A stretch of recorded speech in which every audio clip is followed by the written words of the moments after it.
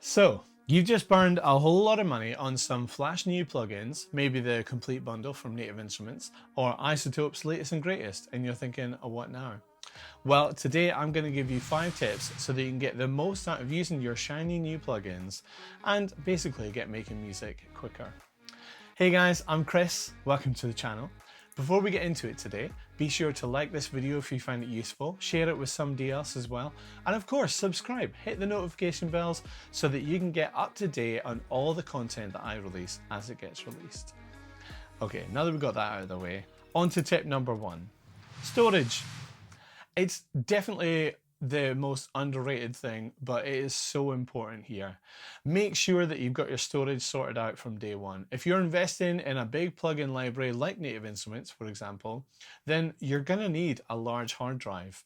Nowadays, that looks like buying an external SSD. And there's 2 main reasons for doing this. Number 1 is it's just less expensive than trying to make sure your main machine has got enough storage built in to cope with not only your plugin library content, but also the projects that you're working on as well.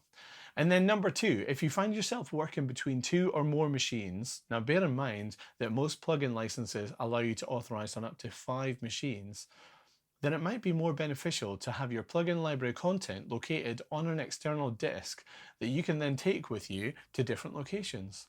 Number 2, learn the instruments and effects. It's so important to actually know the tools that you have available to you. Once again, Native Instruments as an example.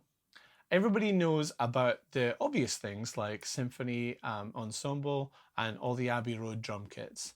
But the included effects and the Contact Factory library are absolute gold and are not to be sniffed at. Get to know as much of it as you can before ever taking it out in front of a client. There's nothing worse than a client asking you if you can do X, Y, and Z, and you having to faff around figuring out where the sound lives, or even if you downloaded it in the first place. Okay, tip number 3, making favorite sounds. If you want to work in a specific genre of music, then find the favorite sounds for that type of music and have them easy to hand, whether that means saving them as presets within the plugin or as channel strips within your DAW. It'll still save you so much time by having that set up in the first place. Okay, tip number 4. This one is related to the previous one, but in a more kind of developed way. Now, once you've got those favorite sounds, consider making templates for the different production environments you see yourself working in. If you're going to be working with a country singer-songwriter or a jazz fusion band or an orchestra, then make sure you've got a template set up with all the channels you think you might need for that project. Even if your machine isn't powerful enough to handle them all in one go, you can just disable the channels you don't need and then activate them as needed.